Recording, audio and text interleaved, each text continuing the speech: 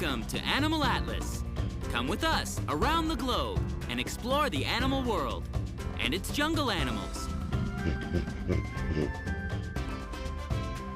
and desert creatures. We'll meet wildlife on the savannah and see our underwater friends. And animals from the Arctic Circle. Anywhere, everywhere animals live. It's always an adventure.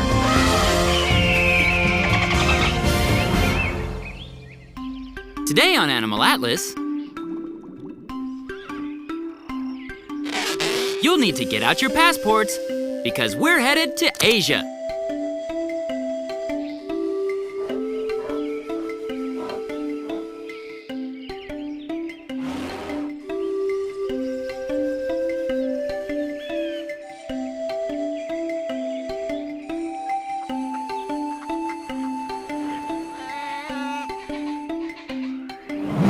Home of some of the most spectacular, beloved, and interesting animals on the planet.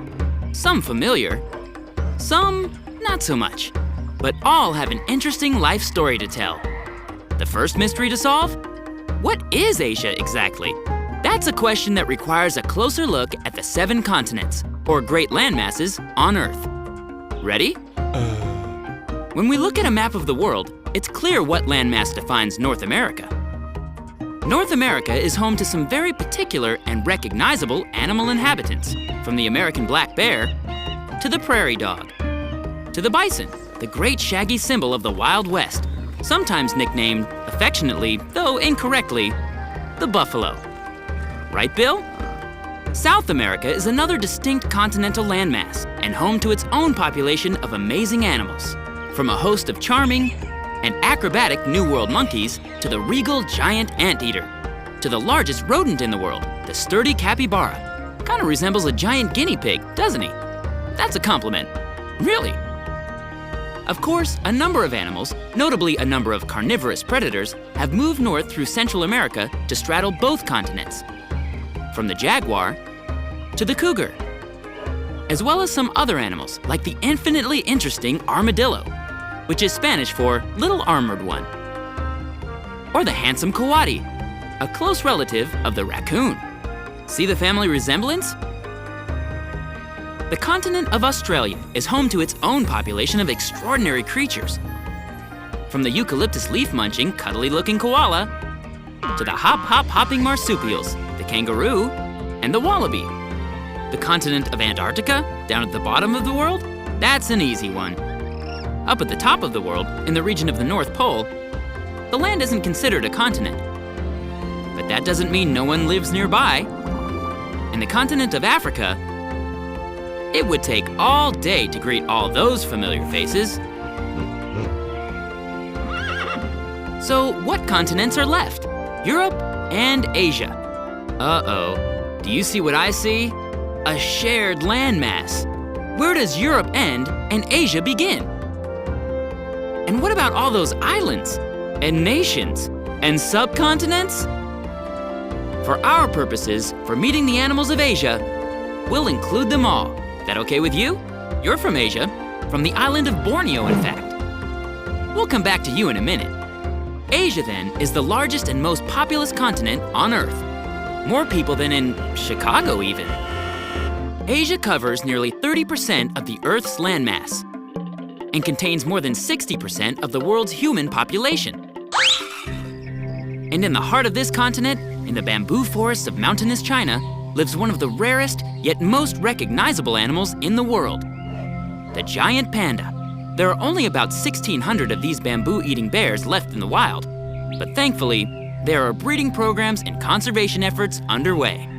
This Asian animal has become the symbol for all endangered species, and the panda seems to take it all in stride. The Chinese alligator is also endangered, and like the giant panda, has a relatively small native habitat in the wild, in eastern China in the Yangtze River Basin. This rare Chinese alligator is one of just 2 alligator species in the world. The other, the American alligator, a much larger reptile, who lives in far greater abundance than his smaller Chinese cousin. How small is small in alligator world? The average total length of the male Chinese alligator is a little more than 5 feet, while male American alligators are about 15 feet long, with the world record being an unbelievable near 20 feet. So if an American alligator was propped up vertically, you would see that he can grow as long as a giraffe is tall, while the Chinese alligator makes it just above the giraffe's knee. But that's all right. In the animal kingdom, good things often come in small packages, don't they? In fact, the smallest bear in the world, the Malayan sun bear, hails from Asia, specifically from the tropical and subtropical regions of Southeast Asia. Male sun bears only weigh up to 140 pounds. Compare this to the North American grizzly bear, who can weigh close to a whopping 800 pounds.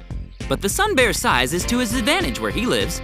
This lightweight bear is a skillful climber who spends a lot of his time climbing up trees in search of fruit. The sun bear has a definite ursine sweet tooth. He's not also called a honey bear for nothing. The sun bear has long climber's claws and a short, sleek coat, well suited to the equatorial climate where he lives. And that orange-yellow horseshoe-shaped marking on his chest? In folklore, that yellow crescent was said to represent the rising sun. And that's how the sun bear gets its name, and not for its obvious appreciation of a sunny day. When we come back to Animal Atlas, we'll seek out more noteworthy Asian animals. But first, let's see if you can guess this animal fact. Modern elephants are native only to A. Africa, B.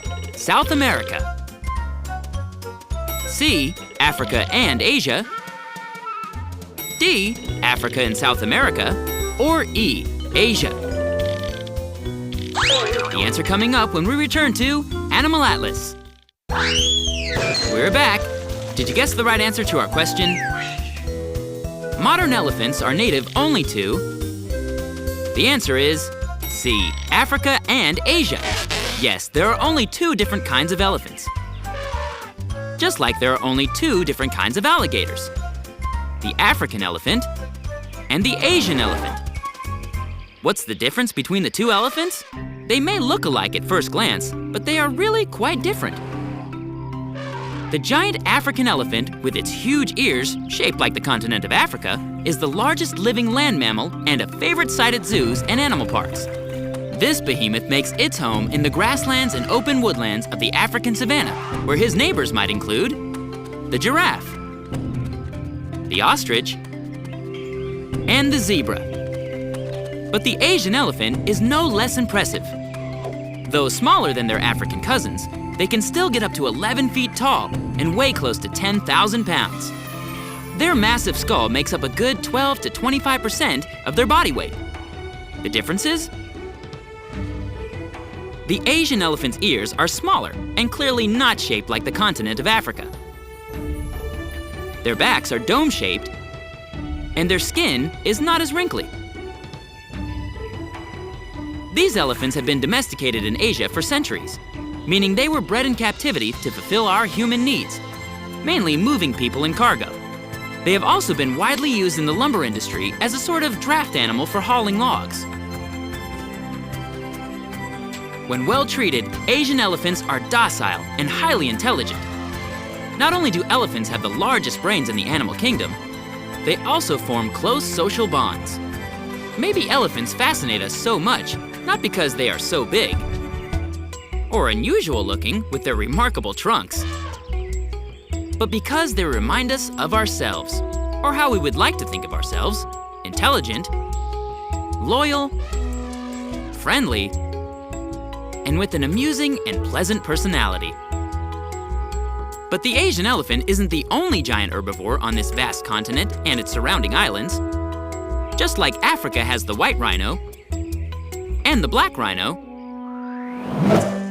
Asia is home to the Indian rhinoceros, found in the swampy areas of northeast India and Nepal. What do all rhinos have in common? Large heads, thick, stumpy legs, broad chests, poor eyesight, terrific hearing, and a diet consisting solely of vegetation. What else? The most obvious thing, of course, their nose horns. The word rhinoceros, in fact, comes from the Greek words rhino, meaning nose, and ceros, meaning horn. But just like the subtle differences between the Asian elephant and African elephants are apparent if you look closely enough, the ways in which the Indian rhino differs from his two African cousins become clear with a closer look. For one thing, the Indian rhino only has one horn, while its African counterparts have two. Also, the Indian rhino looks like it's wearing armored plating, complete with rivets, as compared to the smooth as a baby's bottom skin of the African white rhino. But this is just a layer of skin that has many folds, and that makes for very impressive body armor. Though elephants and rhinos are both huge herbivores with thick skin, they aren't actually related. Instead, the rhino claims this startling-looking Asian animal as its relative, the Malayan tapir. Like the rhino, the tapir is a species of perissodactyls, meaning it has an odd number of toes. The tapir is a baffling animal. At first, it looks like a pig because of the shape of its body. But that mobile nose and upper lip sure resembles a stubby elephant's trunk. Yet it's the rhinoceros that shares the common ancestor with this agile, tropical and semi-tropical forest-dwelling herbivore. What's with the two-tone coloring? Though at first glance, it might look as if the Malayan tapir is wearing a pair of oversized white underpants, this coloring is really very clever camouflage. This black and white pattern is called disruptive coloration. When laying down, predators just might mistake the tapir for a large rock and not a mouth-watering meal. This type of camouflage works well for other forest dwellers. Just ask our friend the giant panda. What about Asian carnivores? So far, with the exception of the Chinese alligator, everyone we've met eats only vegetation. Meet the Asian small-clawed otter, a happy consumer of small animals living near the water's edge, from crabs and mussels to frogs and snails. These otters are the smallest of the world's 13 otter species. No surprise there, since we're in the part of the world that boasts the smallest bear, the smallest alligator, and the smaller of the two elephants. These small otters live in Indonesia, southern China, southern India, the Philippines, and Southeast Asia, inhabiting freshwater streams, rivers, and creeks, often near dense foliage. Their webbed paws are a testament to their swimming ability. Otters are very social animals, preferring to live in family groups of about 12 individuals when in the wild. Along the shores of Asian lakes and ponds, the Asian small-clawed otter is apt to meet another animal who's not averse to eating a frog or two, or, for that matter, marsh plants, aquatic insects, or even water snakes. The saurus crane. Saurus cranes are the largest of all the crane species, and they make their home not only in Asia, in southern Asia and the Philippines, but also in northern Australia. The people of India consider the saurus crane to be sacred. In Vietnam, this grand bird symbolizes fidelity, long life, and happiness. Who is thought to be an emissary that bears worthy souls to heaven? That's right, none other. When we come back to Animal Atlas, we'll meet some more exceptional Asian animals. But first, let's see if you can guess this next animal fact. The largest wildcat in the world comes from A. Africa. B. Asia. C.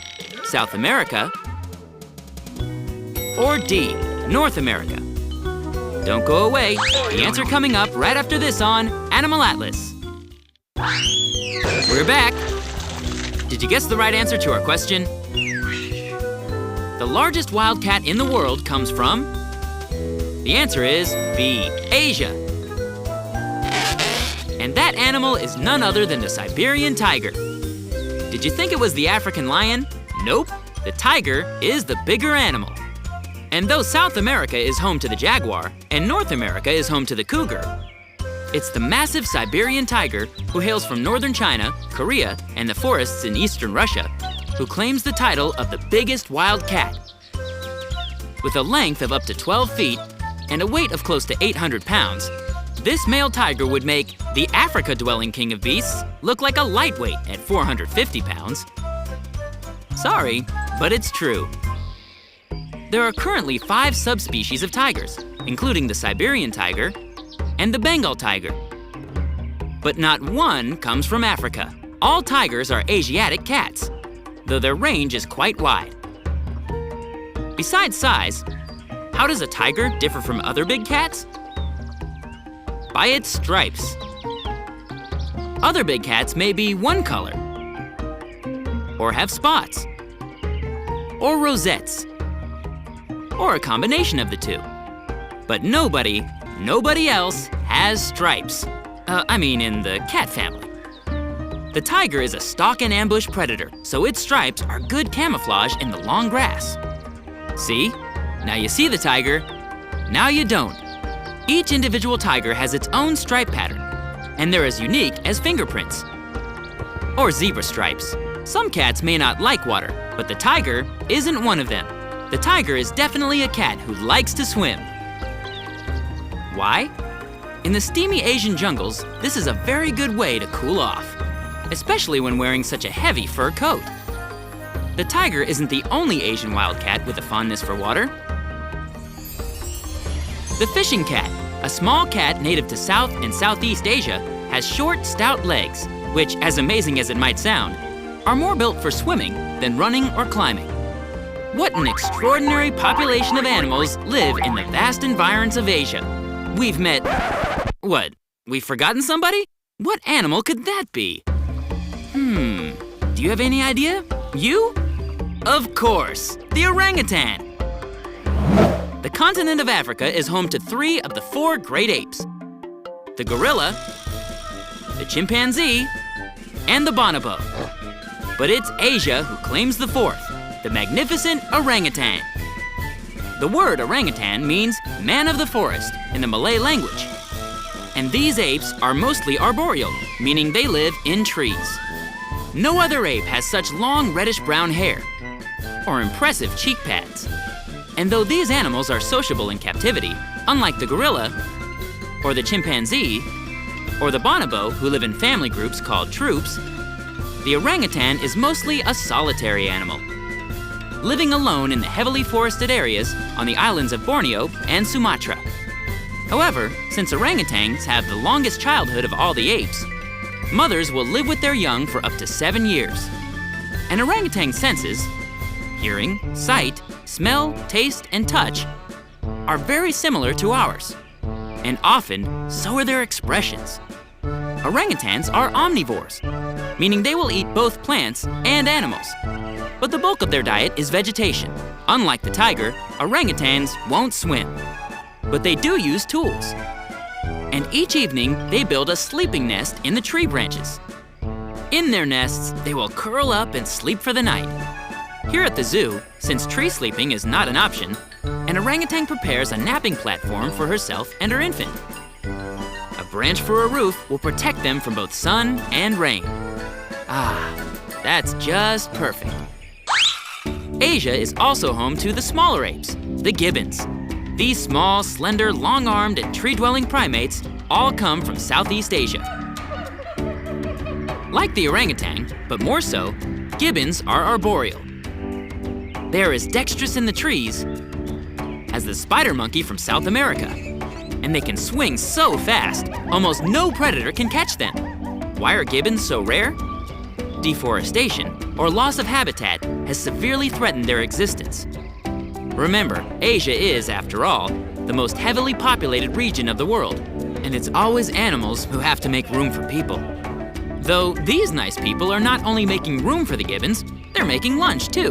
This huge continent, and all its surrounding islands and nations, is home to some rare and wondrous creatures.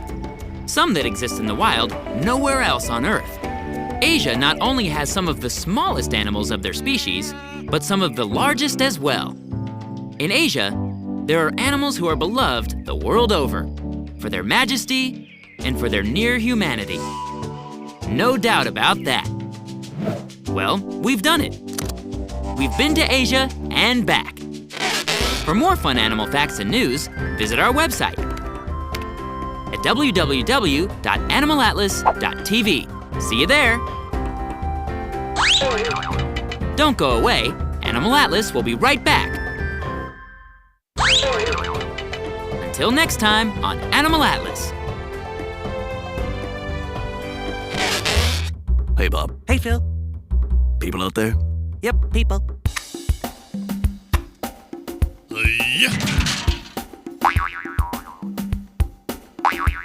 Ring around the rosy. I'm dizzy. Got him.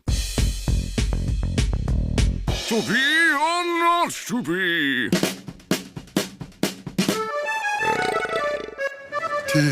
Bubbles.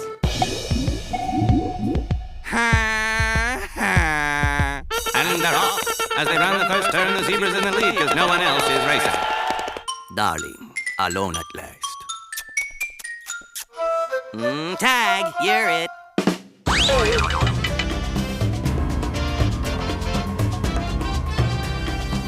Once again, we've traveled the globe from North and South America to Africa and Asia to Australia and every fascinating place in between.